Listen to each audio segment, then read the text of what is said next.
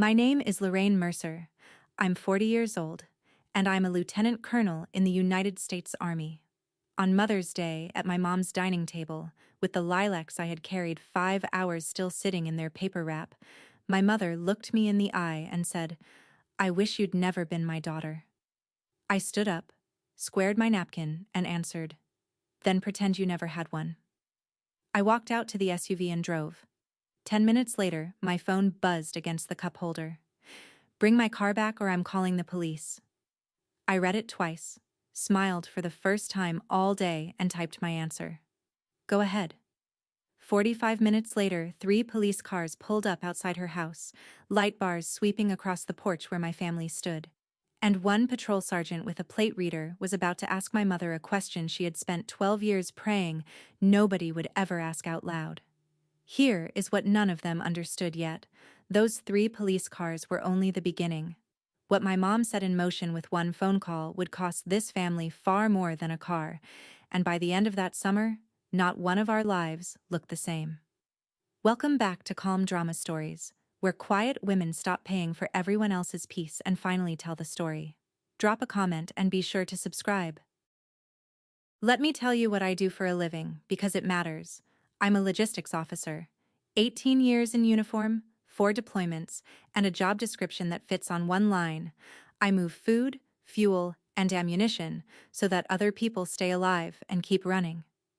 A brigade eats because somebody like me did the math 3 weeks ago. Nobody writes songs about us. When everything works, we're invisible. And when anything fails, we're famous by dinner time. I was good at it. I made lieutenant colonel at 38, which is about as fast as the Army allows, and the soldiers who worked for me knew 2 things. Colonel Mercer keeps her word, and Colonel Mercer never shows up without a plan.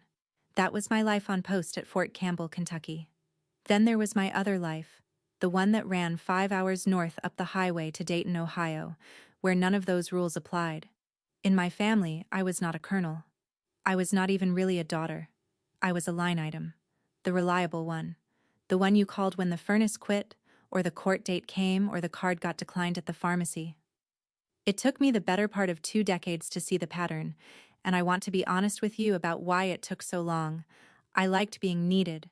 In the Army, being the one everybody depends on is the whole point of you. I carried that home like a virus and called it love. Every supply line has a breaking point. It just needs enough weight for long enough. Mine had a date on it, though I didn't know it yet. The second Sunday of May, a table set for 6, and a pot roast going cold between my mother and me.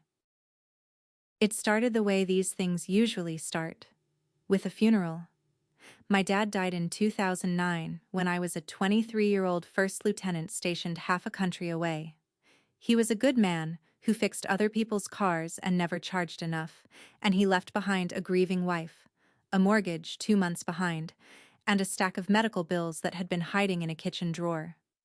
My brother Wade was 27 then, living 40 minutes from Mom, and when the bills came due, he said the thing he would keep saying for the next 17 years. "I'm between jobs right now, but as soon as things settle." Things never settled, so I did what a logistics officer does when a position is about to fall. I set up a supply line, an allotment out of every paycheck, straight from the Army to my mother's bank account, before I ever saw the money myself. I ate ramen in the officers' quarters and told myself it was temporary. Here is the detail I want you to sit with, because I sat with it for years. In all that time, my mother never once asked me what I was living on. She never asked what I had given up, whether there was a man, a house, a life on my end of the wire. The phone calls all ran one direction. "How much can you send this month, Lorraine?" "The furnace." "Lorraine?" "Your brother's in a spot, Lorraine." I told myself I was holding the family together, and I believed it the way you believe anything you repeat in the dark. The truth was simpler and colder, and it took me 17 years to say it plainly. I wasn't holding my family together. I was teaching them what I was for. In 2013, the landlord sold my mother's rental out from under her, and she called me crying at midnight saying she'd end up in some apartment that smelled like other people's cooking. I was 28 by then, a captain just home from Afghanistan, and I had spent 6 years saving the way only a deployed soldier can save. There's not much to buy in a plywood office in Kandahar. So in the spring of 2014, I bought a house. A 3-bedroom on a quiet street in Beaver Creek, outside Dayton, with a porch swing and a lilac bush by the fence, $1,150 a month in mortgage, taxes rolled in, paid from Kentucky by a woman who would sleep in it maybe 6 nights a year. The deed said, Lorraine Mercer. The keys went to my mother. I stood in that empty kitchen on moving day, still half in savings account shock, and my mom turned in a slow circle with her hand over her mouth and said, Finally, a house of my own. Not thank you. Not will pay you back. A house of my own. I opened my mouth and closed it again, and that silence turned out to be the single most expensive thing I have ever purchased, because a story got planted in that kitchen, and stories grow faster than lilacs. Within a year, the neighbors knew it as Judith's house. The ladies at her church prayed blessings over Judith's home. Wade told his buddies our mother owned it free and clear. Only 3 people on earth knew whose names sat on that deed at the county recorder's office, and 2 of them worked very hard to forget it. Come May, the whole street was going to learn it in a single evening. People ask how a 40-year-old colonel lets herself get bled for 2 decades, and the answer is, one reasonable request at a time. Nobody ever asks you for 17 years of your life, they ask for a roof. The roof was $14,300 after a hailstorm, and Mom couldn't very well live under a tarp. They ask for teeth. Implants for my mother, because a woman shouldn't be ashamed to smile at her own church. Bail money for Wade. Exactly once, which is what everyone says the first time. Gas money for Wade, monthly, which nobody even pretended was a loan by year 3. And every single time I paid, my mother said the same sentence, warm as a stove, and final as a receipt. That's what family is for. She said it the way other people say amen. There was exactly one person in that house who ever treated me like I was more than an account number, and she was born when I was already in uniform.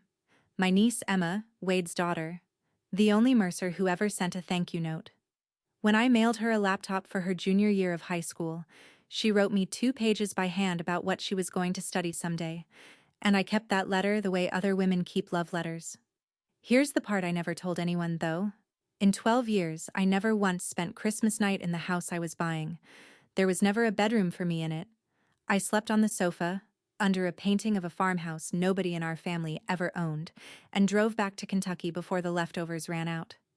I paid for every room in that house. I just never got one. In 2023, I finally bought myself something. A new SUV, dark blue, leather seats, paid off fast the way I pay for everything, because debt in my name is a thing I do not carry lightly, for reasons you're about to understand. In the spring of 2025, the Army sent me to Poland for a 10-month rotation, and I made what I thought was a practical call. I left the SUV in the garage at the Beaver Creek house so it wouldn't sit dead in a Fort Campbell storage lot. I asked them to start it once a week. When I flew home in February, my car had 9,000 new miles on it, a Wade-shaped dent in the driver's seat, an ashtray smell it never had before, and a new name. Mom's car. My mother said it to the neighbor across the fence, breezy as weather talk. Lorraine's here. She borrowed my car. I want to be clear about what I did next, because I was not naive, and I need you to know that. I didn't yell. I did paperwork. The title stayed in my safe at Fort Campbell, where it had always been. Registration, my name. Insurance, my name, my address in Kentucky. I had a second key cut, and when my leave ended, I drove that SUV home to Kentucky myself. You would have thought I'd stolen the church van. Wade called me petty. Mom didn't speak to me for 11 days, which, honestly, were peaceful. In the Army we call what I did, continuity of ownership. On my mother's street they called it, what Lorraine did to her poor mother. Fine. The car was an annoyance, and annoyances I can live with. What I found 5 weeks before Mother's Day was something else entirely. Officers who hold a security clearance live under something called continuous vetting. It's a quiet program that watches your records year-round, courts, arrests, and above all, debt. Money trouble is the number one reason people lose a clearance, because money trouble is the number one thing hostile people know how to buy. On the last Tuesday of March, an email landed in my inbox with a subject line that made my coffee go cold. A delinquent account had been flagged under my social security number. A credit card I had never opened, 8 months old. Maxed out at $12,400 in collections, with paper statements mailed. I had to read this line twice, to the house in Beaver Creek, Ohio. I did not panic. I did what I do. I called the card company on my lunch break, froze everything, filed a dispute, and asked for the full charge history. The fraud department was sympathetic and useless in the way of all fraud departments. They told me that to clear a debt this size with a named suspect, they'd want a police report and a signed identity theft affidavit. Then the charge history came through, and I sat in my parked car outside battalion headquarters reading it line by line, the way you read a casualty list. An electronics store in Dayton, an auto parts chain over and over, a steakhouse, and 4 separate charges at a casino across the state line in Indiana. The very first purchase on the very first day, 8 months back, while I was 7 time zones away in Poland, was a set of truck tires. I sat there a long time with my thumb on the page. I knew exactly whose truck those tires were on. That Saturday I drove up to Dayton with a folder, because I bring folders to gunfights. I sat my brother down at the kitchen table in the house I owned and laid the charge history in front of him, and I watched Wade cycle through his whole repertoire: confusion, outrage, wounded dignity, before he landed, as he always lands, on entitlement. "I was gonna pay it off before you ever saw it," he said. "It's basically family money anyway. You weren't even in the country." My mother did not ask him a single question. She turned on me. She actually lowered herself onto her knees on the kitchen tile, 67 years old, gripping my sleeve. "You'd put your own brother in prison? Your flesh and blood? On my knees, Lorraine, I am begging you. Here is what I did, and you can judge me for either half of it. I did not call the police that day. I also did not just take another promise. I wrote out an agreement in plain English. Wade admitted the card. Wade owed $12,400. Wade had 30 days to make the first payment and set a schedule. And if he did, I would tell the bank I couldn't identify the person responsible." He signed it with my pen, smirking like a teenager signing a detention slip. Mom stood behind him with her hand on his shoulder like they were posing for a portrait. The deadline was the 4th of May, a Monday. The 4th of May came and went. No payment, no call, nothing at all from anybody in Ohio. And on the second Sunday of May, I got up before dawn and drove 5 hours north for Mother's Day anyway. Write that down as my last installment of hope. I was on the road before 4 in the morning, because if you leave Fort Campbell by 4, you make Dayton by lunch with time to stop for flowers. I bought lilacs. My mother grew lilacs at the old house when I was a girl, back when Dad was alive and the money questions were small. And every year I buy them, and every year I watch her set them somewhere out of the way. In the back seat sat a photo album I had spent 2 evenings printing and gluing. 40 years of Mercer's, ending with a picture of Mom on the porch swing I'd paid to rehang.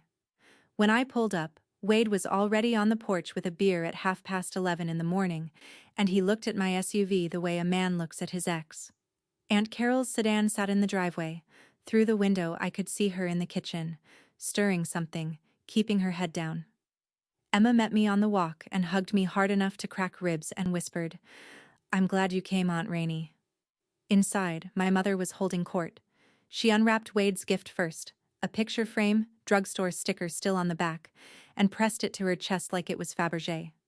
My lilacs went onto the counter by the sink, still in their paper. Fine. I hadn't driven 5 hours for flower placement. I had driven up with one sentence in my pocket, rehearsed and sanded smooth. A quiet question for my brother for after the pie. No scene, no audience. Just an honest answer owed to me for 36 days now. That was the whole plan. Ask it gently, over coffee. I never got to dessert. We got through the ham and the scalloped potatoes on the strength of Carol's weather commentary alone. Then the plate slowed, and I looked across the table at my brother and asked it, low and level, the way you'd ask a private about a missing rifle. Your 30 days ran out last Monday, Wade. Where are we? That's all. No raised voice, no folder, no courtroom flourish. Wade's fork stopped. Emma went still beside me, and my mother came out of her chair like I had flipped the table. You will not do this today, she said, at my table, on my day. I said, Mom, it's a question, not an accusation. And that was gasoline. She called me ungrateful. She said I'd been keeping score my whole life, keeping a ledger like a bank, like a bill collector, like. And she reached for the worst word she had. Like a stranger. She said Wade had troubles I couldn't understand, because the army had made me hard, and that a real daughter lifts her family up instead of hauling them into the light to count their sins. I sat there with my hands flat on either side of my plate, and I watched my mother's face go somewhere I had never seen it go, some final door swinging open, and she looked me dead in the eye across the lilacs somebody had finally moved to the table, and she said it. I wish you'd never been my daughter. The clock over the buffet ticked twice. Carol stared into her potatoes. Wade studied the ceiling, one thumb tapping his beer, a man watching weather that would never rain on him. I stood up. I squared my napkin against the table edge, corners true, the way I've squared everything my whole life. Then pretend you never had one, I said. And I picked up my keys, and walked out of my mother's favorite holiday. I made it 10 minutes down Route 35 before the phone lit up against the cup holder. I pulled into a diner parking lot to read it, because I don't text and drive and I wasn't about to die for this family in traffic. All caps, my mother's thumbs. Bring my car back or I'm calling the police. I sat there in the driver's seat of a vehicle I had paid for with deployment money, and I reached over and opened the glove box, where the registration and insurance card sat in a zip pouch, both bearing the name Lorraine A. Mercer and an address in Kentucky. Something in my chest went very quiet and very level, like the moment before a convoy rolls. I typed back, "Go ahead." Then I did what I do. I called my insurance company's after-hours line and confirmed the policyholder of record, just to have the timestamp. I ordered a coffee I didn't drink. And 19 minutes later, the phone rang. Emma, breathless, half-whispering from the hallway. "Aunt Rainey, she actually did it. She called the police and said you stole her car. Dad's out on the porch yelling at the whole street and he's been drinking all afternoon. Can you come back, please?" I looked at the registration pouch on the passenger seat where my lilacs should have been. "I'm coming," I said, "but understand me, kiddo. I'm not coming back to apologize. The registered owner ought to be present when her property gets reported stolen. Call it professional courtesy. If you've ever been the one your family calls a bank with a pulse, you already know how that drive back felt. So while I make it, tell me in the comments the moment you finally said your own version of 'go ahead' and hit subscribe. Because what those officers found on my mother's porch is the part this family still won't say out loud. Now, back to the house, where 3 patrol cars were about to change everything. The first cruiser was already at the curb when I turned back onto her street, light bar strobing the porch where my mother stood with her arms crossed like a woman waiting on a valet. Neighbors' curtains hung at that careful half-open angle. I parked across the street, legal and calm, and rolled my window down in time to hear the patrol sergeant, Whitaker, by his name tape, reading off his shoulder mic. He'd run my plate before he ever knocked on her door. That's the thing nobody tells you about reporting a car stolen. The very first thing the officer does is ask the computer whose car it is. "Ma'am," Whitaker said to my mother, patient as gravel. "This vehicle comes back registered to a Lorraine Mercer. Is that you?" "That's my daughter," Mom said. "It's the family car. She took it." "Is your name on the title, ma'am?" And my mother, I will remember this until I die, waved her hand at the whole street, at the house, at the blue SUV idling across the road and said, "Everything here is family. We don't divide things up with paper." Sergeant, I could have told you that was coming, That sentence was the family constitution. That's when Wade banged out through the storm door with a fresh beer and a month of grievances, jabbing his finger, announcing to the sergeant, the street, and God, that this was harassment and that his sister thinks she's better than everybody. Whitaker keyed his mic and asked for another unit, in the flat tone that means paperwork has begun. I stepped out then, crossed the street, and held out my military ID, the registration, and my phone, open to a photo of the title that lives in my safe at Fort Campbell. Whitaker looked at each one, looked at my mother, looked back at me. "Colonel," he said, "would you mind stepping over by my vehicle? This won't take long." The second unit ran everybody's names off the porch, because that's procedure once a scene gets loud, and that is how Mother's Day ended with my brother in handcuffs, though calling it my doing gives me too much credit. It turned out Wade had picked up a drunk driving charge back in March and then skipped the court date in April. Bench warrant, active, sitting in the system like a landmine with his name on it, and not one person in my family had breathed a word of it to me. The third cruiser rolled up to assist, and the street got a show better than fireworks. Wade Mercer, 44 years old, protesting his way down his mother's porch steps in an untucked shirt while an officer recited numbers at him. And here is the moment I want you to hold on to. My mother did not scream at the police. She screamed at me. "Do something!" Hands out, voice cracking. "You're a colonel. You know people. Do something, Lorraine." Even then, even in that moment with her son in cuffs on her own lawn from her own phone call, I was not her daughter. I was her asset, and she was demanding a withdrawal. Whitaker wrote my mother a formal warning about false reporting and explained, slowly, the way you explain things twice, that the vehicle was mine, had always been mine, and that the next fabricated call would not end in a warning. Then he walked me to my car and lowered his voice. "Colonel, anything else we should know tonight?" I looked at the porch, at my mother, shrunken under the yellow bug light, at Emma's face pale behind the storm door glass. The $12,400 answer sat right there behind my teeth. "Not tonight," I said. I checked into a motel on Colonel Glenn Highway with my mother's voice in my ears, and some quiet clerk inside me already filling out forms. Here's what a logistics officer does when the world goes sideways. She takes inventory. I sat cross-legged on a motel bedspread the color of old mustard with my laptop open and my banking portal glowing, and I started pulling statements. Not out of spite. Out of a need to see the battlefield plainly, because I had been navigating this family on feel for 17 years, and feel had just told me to bring lilacs to a firing squad. Autopay, mortgage, 2014 to present. Autopay, utilities.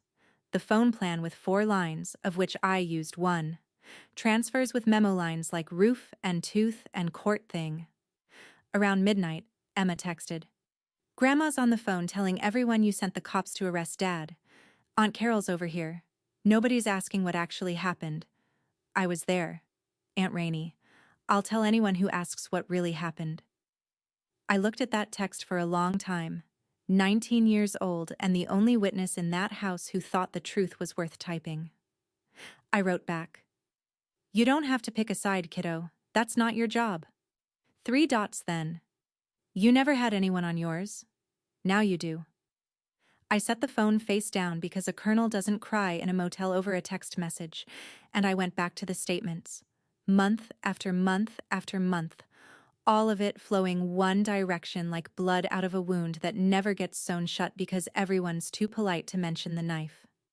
Somewhere past 2 in the morning, I stopped scrolling and reached for the notepad by the phone. In the Army, after enough contact, you stop narrating the war, and you start counting the cost. I had a number by sunrise. At daybreak, I drove to a drugstore and bought a pack of index cards, because some numbers deserve better than motel notepaper. Back in the room, I spread it all across the bedspread. Printouts, statements, the certified mail receipts I had saved out of habit. And I added it up twice, the mortgage since 2014, the taxes and insurance, the $14,300 roof, the implants, the bail, the gas money, the furnace, The 100 quiet transfers with no memo at all. Then I took a pencil and wrote one number on one index card, and I'm going to tell you what it was, because this story doesn't work without it. $217,000, give or take the kindness I forgot to log. 17 years of it. The fraud card wasn't even in that total. The 12,400 belonged in a different column, the column of things taken rather than given, and the fact that my family had needed both columns is its own kind of diagnosis. I sat on the floor with my back against the bed and held that card and waited to feel something clean. Righteousness, maybe. Or at least arithmetic. Instead, a question crawled up out of the number and sat across from me, and it was not a question about them. What exactly had I been buying? Because $217,000 is not what a roof costs, or a tooth, or a furnace. It's what a seat at the table costs when you're convinced you weren't born with one. I didn't have the answer that morning. I slid the card into my wallet, right behind my military ID, where I keep the things I might one day have to answer for. Then I looked at the clock. It was Monday. The bank had asked me for one signature 6 weeks ago. Today, they were going to get it. The Beaver Creek police station smells like burnt coffee and toner, and I mean that as a compliment. It smells like things getting written down. Monday morning, I sat across from a detective named Ramos, a compact, unhurried man with reading glasses pushed up on his head, and I filed the report I had been holding back for 5 weeks. Identity theft. Fraudulent account. $12,400. And on the affidavit, at the line that says perpetrator, if known, I did not write unknown. I printed my brother's full name in block letters, the way I write casualty reports, because block letters keep your hand from shaking. I handed Ramos the charge history, my deployment orders showing 10 months in Poland while the card was born and fed, and the agreement Wade had signed at my kitchen table, admitting the debt in his own smug ballpoint. Ramos read that last document twice, and looked up at me over the glasses. He signed this? He did. Colonel, he said, in this office we call that a gift. I was in the parking lot when Aunt Carol called, and she skipped hello. Judith told me what you did. Police reports, Lorraine? Family does not call the police on family. I watched a robin hop across the hood of my car, that car, and I said, Carol, Mom called the police on me first, over a car I own. You were there for the dinner. Ask Emma about the rest. Silence did some math on the other end. Then, if you go through with this, you are going to lose every single person in this family. They will shut you out, Lorraine. All of us. And for the second time in 2 days, the answer came out of me level and unhurried, like it had been standing at parade rest my whole life waiting for the order. Go ahead. That afternoon, from a corner table in the motel lobby, I decommissioned a supply line 17 years old, and I did it the way we do everything in my trade, item by item, with a checklist. The utilities in my name at the Beaver Creek house switched to notice. Occupants to establish their own accounts within 30 days. The 4-line phone plan I'd carried since 2016. I kept one line. Mine. The credit card that had my name on the account and my mother's name on a card she used for what she called little things, which most recently included patio furniture. Closed, paid, done. Wade's monthly gas money, a transfer so old it practically had a pension, canceled with 2 taps, and I want to tell you those 2 taps felt momentous, but the truth is they felt like clipping a fingernail. 17 years, gone in an afternoon, and the phone didn't even get warm. The one thing I did not touch was the mortgage. People expect that to be the first thing you'd cut, and it would have been the dumbest. My house, my deed, my credit rating. You don't burn your own bridge to spite the people standing on it. I kept paying for the house exactly as before. What ended was everything that made living in it free. By Wednesday, Emma reported, the house had noticed, Wade was out of jail on bond and telling anyone with ears that his sister had gone nuclear over a misunderstanding. My mother had begun a phone campaign through the extended family and the church directory, and in her version, I was a cold, decorated stranger punishing a widow for loving her son. I didn't answer any of it. I had one more envelope to send, and it was going certified.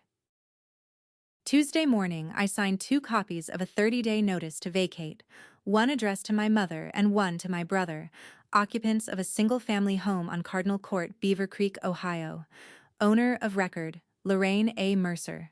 My lawyer, Gail Foster, a Dayton real estate attorney with a handshake like a door closing, walked me through it without blinking. They're occupants at will. No lease, no rent history. 30 days written notice is the clean way. If they refuse to leave, we file for eviction and it goes in front of a judge, and that takes weeks more.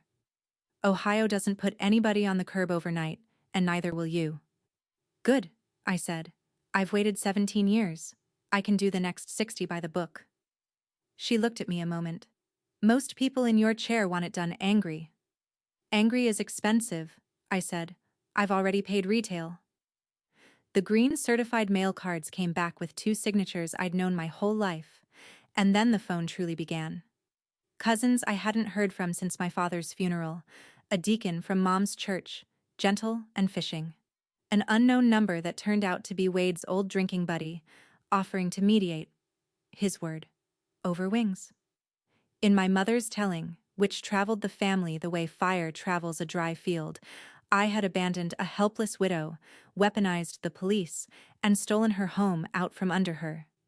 Notice the architecture of that sentence. Her home, 12 years of my direct deposits, and the story had eaten the deed whole. I did not correct a single person, and I want you to understand why. You cannot win a story war against the woman who taught you to talk. I had documents. She had the narrative. And only one of those 2 things holds up in a courtroom, which is the only room I planned to visit. If you have ever watched a family choose the comfortable lie over the paper truth, leave a comment and tell me how long it took them to see it. And if you're new here, subscribe, because the next thing that happened, I promise you, none of us saw coming. That Sunday, Carol summoned the whole family to her dining room, including me. Before that summit, though, midweek, Detective Ramos called, and his voice had the flat carefulness of a man delivering someone else's nonsense. Your brother came in with his public defender. His statement is that you authorized the card. That the family, quote, shares money all the time, and this is a bookkeeping dispute you're weaponizing because of a fight at a holiday dinner. I stood in the motel parking lot and laughed exactly once, a sound with no joy in it. Of course. It was the family constitution again, recited to a detective. Everything here is family. We don't divide things up with paper. Detective, I said. The account was opened in August of last year. From August through February, I was on a NATO rotation in Poland. I've sent you the orders. The first charge was truck tires in Dayton, purchased on a Tuesday afternoon when I was standing in a motor pool outside Poznan. There are 4 casino charges in Indiana on dates I can match to duty rosters. And he signed a written admission of the debt in April, which you're holding, before he ever heard the word detective. Ramos was quiet a second, and I could hear him smile. I do love a client who brings her own file, Colonel. For what it's worth, his story fell apart in the first 10 minutes. The prosecutor's office isn't in a hurry, but this is moving. Then he added the sentence that told me the shape of the ending. His attorney asked about restitution. In my experience, that means a plea is coming. I hung up and stood there in the spring wind, feeling something I had no name for yet. 18 years of service, and this was the first time the Army's paperwork had ever deployed on my behalf in a family war. My deployment orders, of all things. The proof I wasn't there. The story of my entire adult life. Finally useful. 9 people sat around Aunt Carol's dining table that Sunday, and not one of them was my mother, which told me the meeting's real purpose before anyone spoke. This was the negotiating team, and Judith was the government in exile. Carol had made coffee cake. There were legal pads. My cousin Dale cleared his throat and presented what the family had privately worked out. And I am going to give it to you exactly, because you will think I'm exaggerating. 1. I withdraw my statement to the police for family unity. 2. The eviction letter gets torn up, and Mom and Wade stay in the house, with me covering it, quote, like always. 3. Wade pays me back as he's able when he's working. 4. And Dale had the decency to look at his coffee cake for this one. Mom would, in return, forgive me for Mother's Day and welcome me back. I would be forgiven. Around the table, heads nodded at the fairness of it. Carol reached over and squeezed my wrist. You've always been the strong one, honey. You keep things running. That's what family is for. There it was. The family motto, offered with love, by the last blood ally I had, at the exact moment she stopped being one. I reached into my jacket for my wallet, and I watched the whole table relax, 9 bodies loosening an inch, because the wallet coming out was the oldest happy ending this family knew. I let my thumb rest on the index card behind my military ID, $217,000 in pencil. I left it where it was, closed the wallet, and stood. No, I said. Just that. Thank you for the coffee cake, Carol. 9 people watched me walk out, and my phone was already buzzing in my pocket. Emma. 3 missed calls. Emma had been at the house helping her grandmother start packing, because whatever else was true, boxes had begun. And in the hall closet, under the Christmas wrap, she had found a shoebox. She FaceTimed me from the driveway with it open on the hood of her car. Money order receipts. Hundreds of them, rubber-banded by decade, $50 each, every single month, made out to my grandmother, my mother's mother, going back over 30 years. The most recent ones were from years when I knew for a fact my mother was choosing which utility to pay late. On the back porch that evening, Aunt Carol, subdued since the summit, filled in what I'd never known. My grandmother had collected my mother's paycheck, whole and uncashed, until Mom was 30 years old, married, gone. Called it board money, called it what a daughter owes. 50 a month till the day your grandma died, Carol said. Judith never once missed. Honey, your mom learned love the only way it was ever taught to her. I drove back to the motel that night with my chest full of wet sand. I sat on the bed and typed a long message to my mother. I can fix this. I'll call Ramos in the morning, tear up the notice, all of it. We can just be. And my thumb hovered.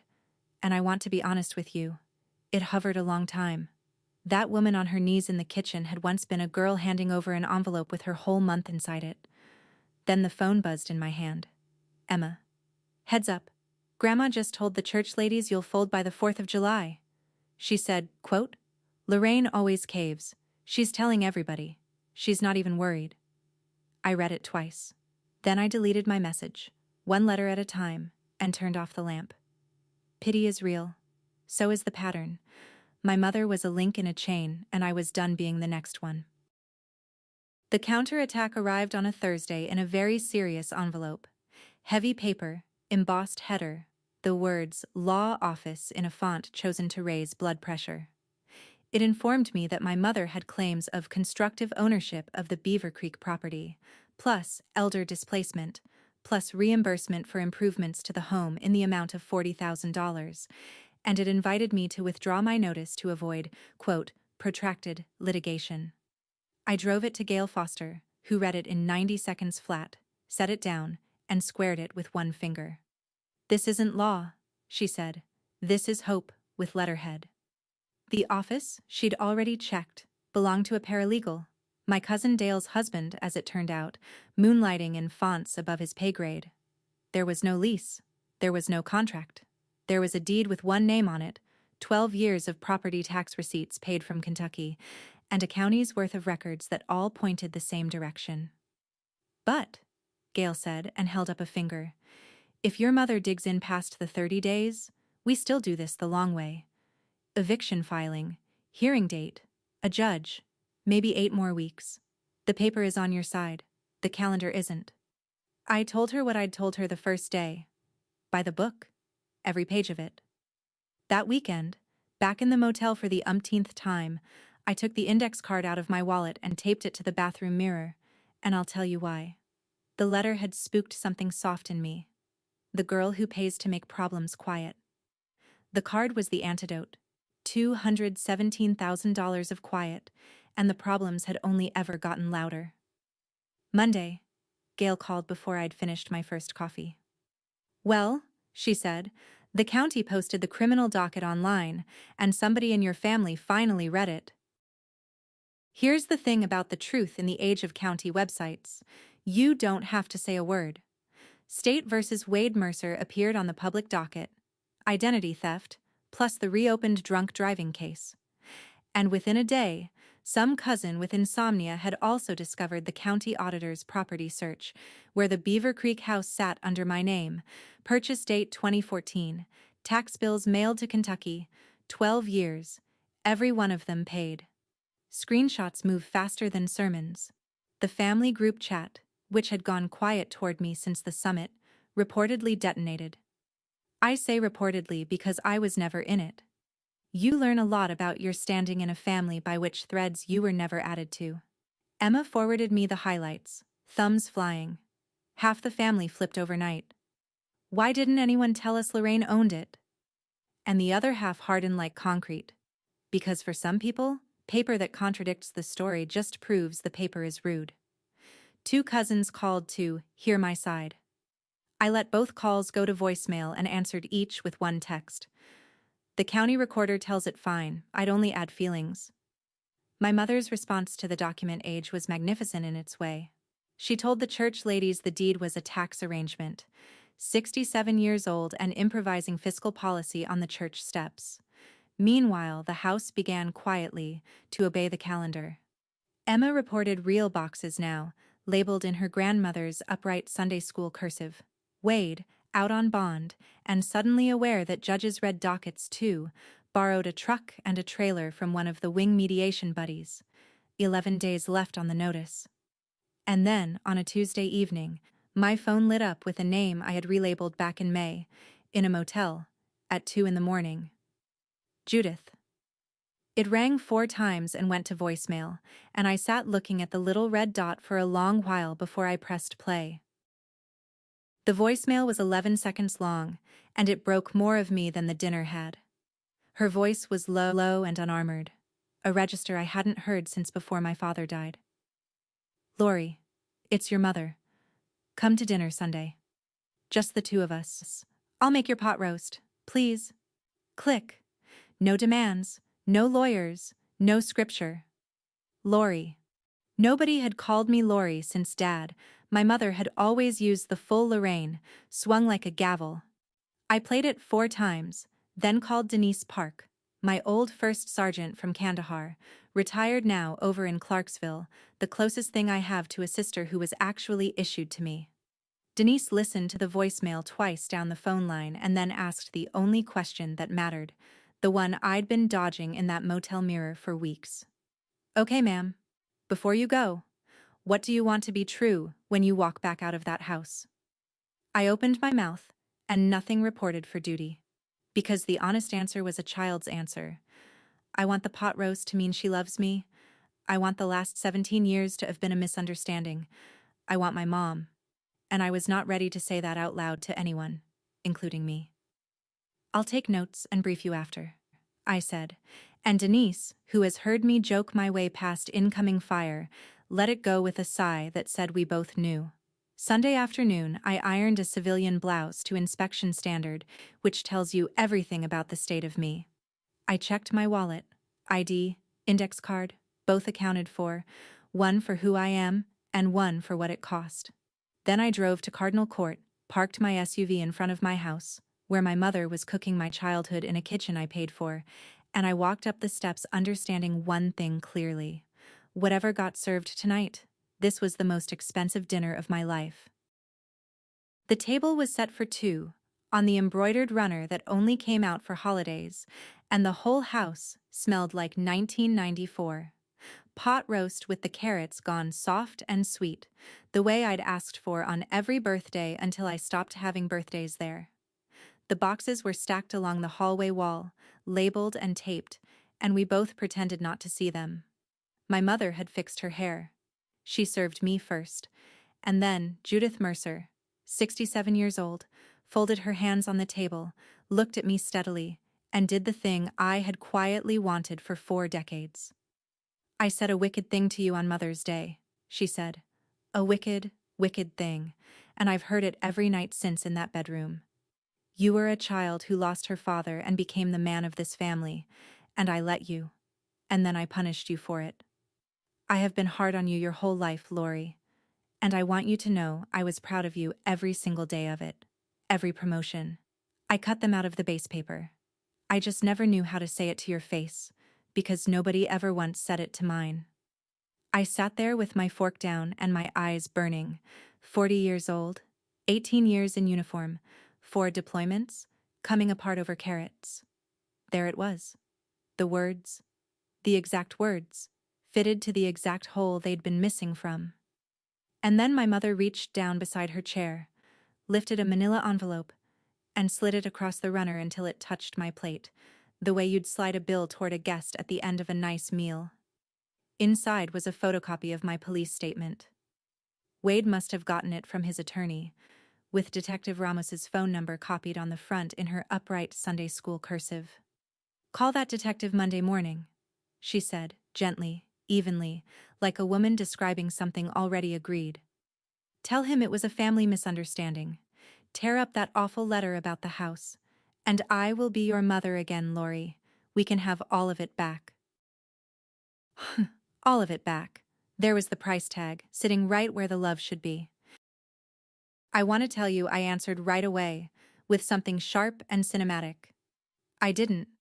I sat looking at that envelope touching my plate, and I reached into my jacket and took out my wallet, and from behind my military ID I drew the index card. $217,000, in pencil, in my own block letters. My plan, if you could call it that, had always been to lay it on the table at some final moment like this. Make her look at the number, make her count what I'd counted at 2 in the morning on a motel bedspread.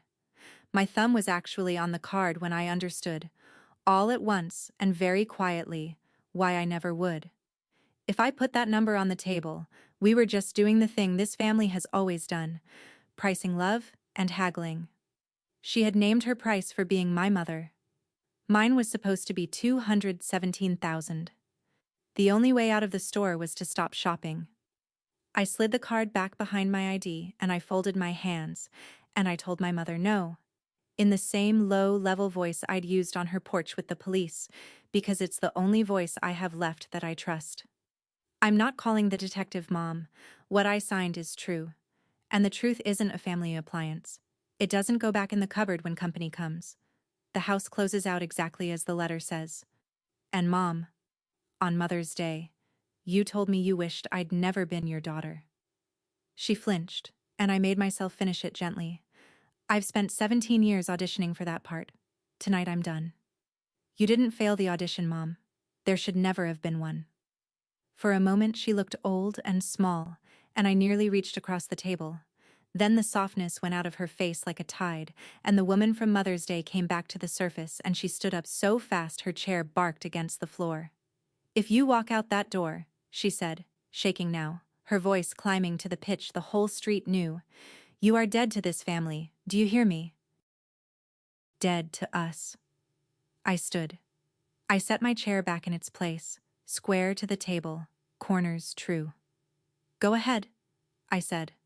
And this time it was a whisper, and it was the freest sound I ever made. I walked out past the taped boxes and the smell of my own childhood, down the porch steps I'd paid to rebuild, and I got into the SUV, the car that started all of this. And I drove to the end of Cardinal Court and stopped at the stop sign and waited. I need to tell you what I was waiting for, because it's the truest thing in this whole story. For 17 years, every time I left that house, my phone buzzed within the hour. Every time. A forgotten bill, a fresh emergency, a postscript shaped like a hook. My mother always reached out after I left, when she needed something. I sat at that stop sign under a street light with the engine ticking, and the phone stayed dark. 1 minute, 5, 10. And the dark little screen finally told me the truth I'd driven past for 2 decades. The reaching had only ever been billing. I had nothing left she wanted, so there was nothing left to say. That's when I cried. Once properly, forehead on the wheel at a dead-empty intersection in Beaver Creek, Ohio. And I want to be precise about who I was crying for. Not for the woman in that kitchen. for the mother I had invented, the one I'd been buying gifts for, driving 5 hours for, wiring money to, my whole adult life. That woman never lived at that address. Grief for someone imaginary is still grief. Nobody warns you about that. Then I blew my nose like a soldier and I called Denise. "It's done," I said. "What do you need, ma'am?" she said instantly, no questions. And for the first time in my adult life, I answered that question honestly and small. "A couch," I said, "and a Sunday dinner that doesn't cost anything." "Drive south," she said. "Pot roast is overrated anyway." The next 30 days went the way paperwork always goes, slowly, then all at once. Wade took the plea in July, exactly as Ramos had predicted. Identity theft, first felony, full restitution ordered, community control, probation, to civilians. Plus $200 a month until $12,400 is a memory, plus the drunk driving case resolved alongside, license restricted, fines on a schedule. No prison, and I was glad of it, which surprised the people who'd spent a season calling me vengeful. I never wanted my brother in a cell. I wanted my name back, and a judge had just ordered him to return it in monthly installments. The first check arrived in August with a sticky note attached. No signature, no greeting. One short line in Wade's backhand scrawl. "Didn't think you'd really do it." I deposited the check and kept the note. It's in my desk drawer at Fort Campbell to this day. Exhibit A of my entire childhood, the family's whole operating system in one unsigned sentence. They never thought I'd really do it. That had been the load-bearing wall of everything. Lorraine always caves. Move-out day came the last weekend of June, and here is what I did. Nothing. I was 5 hours south, on post, on purpose. Some victories you don't attend. Standing on the lawn watching my mother carry boxes would have fed something in me I've decided not to feed. Emma sent one photo that evening, the living room empty, sunlight lying across the bare floor in a shape I recognized from 2014, and one text. "It's done. Grandma's at Aunt Carol's. Dad got a room by the warehouse. They hired him on. Actual job. Aunt Rainey. Also, I found the photo album you made in the donate pile. It lives in my dorm now. Nobody homeless? Nobody rescued. For the first time in Mercer family history, everyone was simply carrying what was theirs. There was one signature left in this story, and a week later, a sign went up on the lawn I had paid to mow for 12 years, for sale. The house sold in 6 weeks to a young couple, both school teachers, with a toddler who ran the empty hallway at the showing like it was a runway, and something about that felt like the house exhaling. At the closing in early September, I sat at a long table with a stack of documents and signed my name for the last time on anything connected to Beaver Creek, Ohio, and I noticed my hand was steady and my chest was quiet. Every other signature I'd ever put near this family had purchased silence. Sign here so the furnace argument stops. Sign here so your mother doesn't cry at Christmas. Sign here, Colonel, and buy 3 more months of being tolerated. This one bought something different. The wire hit, the remaining mortgage cleared, and what was left over was more money than my family had ever discussed in one sitting without a lawyer present. And here is what I did with part of it, and I hope somewhere my father is laughing with pride. I bought myself a cabin, 2 bedrooms, a stone fireplace, a crooked porch facing a lake, 40 minutes from Fort Campbell. Small enough to clean in an hour, mine down to the studs. The agent asked if my family would be visiting a lot, and I said, "The good ones," and let her wonder. I remember standing at the hardware store counter while a kid in an orange apron cut my new house key, bright brass, teeth sharp, and thinking, 12 years buying shelter for people who never once made up a bed for me, and this cheap, shiny, 30-second key, is the first one anyone ever cut for me at my own request, for my own door. I put it on the ring next to the SUV key. The whole ring. Mine.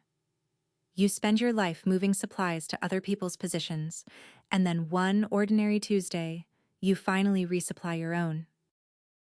6 months later, on a cold, bright Sunday, Denise and her husband drove up to the cabin for dinner, and after we ate, They shooed me out of my own kitchen and washed my dishes while I sat by the fire like visiting royalty, and I want to confess how hard that was. Sitting there, being done to for, instead of doing. I've cleared routes through 2 war zones with less sweat than it took me to stay in that chair, but I stayed. Because that's the drill now. Learning to be helped. Hardest school I ever attended. No diploma. Daily formations. The world I left behind kept turning without my funding it. My mother is at Aunt Carol's. Healthy. Unbowed. Still the star witness in her own account of events. The church ladies still get the director's cut. In December, a birthday card arrived for me. In that upright Sunday school cursive first contact since the pot roast. The front had violets on it. Inside, under the printed poem, she'd written that she hoped I was well. And then, in the postscript, arriving as reliably as winter. She'd heard the house had sold for a good price, and Wade was having a hard season, and surely I could see my way clear. I read it twice at the kitchen counter. I waited to get angry and, this is the part worth the whole tuition, nothing came. It was just my mother, being exactly who she has always been, one link in a chain I'm no longer holding. I dropped the card in the recycling. Gently, the way you retire a flag. Emma calls every week now. Statistics homework, roommate drama, a boy named Theo we're all pretending isn't serious. She asked me once near the end of a call, "Why do you always pick up, Aunt Rainey?" And I got to give the old family motto its job back, the job it should have had all along. That's what family is for. This past Mother's Day, I didn't drive 5 hours anywhere. I got up with the sun, made coffee, and planted lilacs by the cabin porch. The same variety my mother grew when I was small, the same flowers that sat in paper on her counter 1 year ago, while she told me she wished I'd never been born to her. It turns out you can take a thing that was left on a table and plant it in your own dirt. Emma drove down with a pot roast she'd made in her apartment slow cooker. The college version, Aunt Rainey, manage your expectations. And it was too salty, and the carrots were raw, and it was the best one I ever had, because it came with no envelope. We ate on the porch. The lake did its quiet work. My phone sat face up on the railing all afternoon, and it never buzzed, and that no longer means what it used to mean. The people who reach for me now do it on days I have nothing due. Somewhere in Dayton there is a woman telling her side of this story, and after everything, I've decided she can keep it. I kept everything else that matters. My name, my key, my Sundays, and a 20-year-old who thinks answering the phone is what family is for, because in her family, from now on, it will be. Here is the one thing I know now that I didn't know last May. Love you have to keep paying for isn't love, it's a toll. And the bravest thing a giving heart can do is close the road and see who still walks toward you. That's my story. One Mother's Day, one text that said, "Go ahead." 3 police cars, and a brass key I finally cut for my own door. If you've been somebody's supply line so long they've forgotten your name, take this as your sign. Closing the road isn't cruelty, it's honesty. Share this with someone who needs it today. Tell me your story in the comments and subscribe. I'll see you in the next one.